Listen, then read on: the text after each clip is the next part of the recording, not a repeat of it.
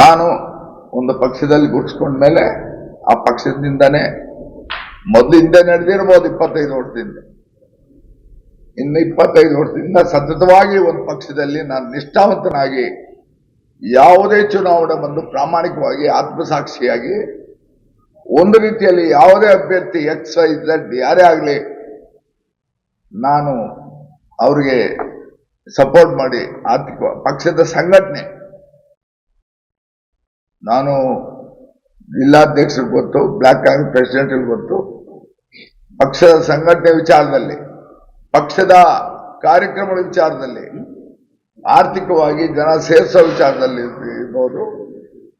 ನಾನು ಬಹಳಷ್ಟು ಪ್ರತಿ ಕಾರ್ಯಕ್ರಮಕ್ಕೂ ಲಕ್ಷಾಂತರ ರೂಪಾಯಿ ನನ್ನ ದುಡ್ದು ಭೂಮಿ ತಾಯಲ್ಲಿ ದುಡ್ದಂತ ಹಣನ ನಾನು ಕೊಟ್ಕೊಂಡು ಪಕ್ಷದ ಸಂಘಟನೆಗೆ ನಾನು ಸಕ್ರಿಯವಾಗಿ ಪಾಲ್ಗೊಂಡಿದ್ದೆ.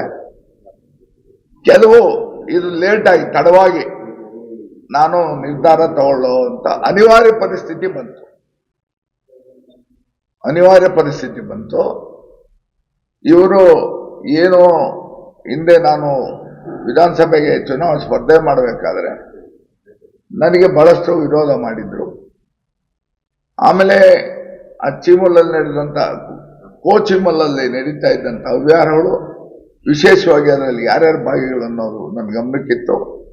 ಆ ಗೋಮಾತೆ, ಆ ತಾಯಿ ಗೋಮಾತೆ ಮುಕ್ಕೋಟಿ ದೇವತೆಗಳಿರುವಂತಹ ಹುಟ್ಟಿದ ಮಗುವಿಂದ ಸಾಯ ಮುದುಕರ ತನಕ ಅಮೃತ ನೀಡುವಂತ ಗೋಮಾತೆ ಸೇವೆ, ಅದು ಅಪುಣ್ಯವಾದ ಕೆಲಸ ಮಾಡ್ತೋದು, ಅಪುಣ್ಯ ಸಿಗೋದೇ ಅದೃಷ್ಟ.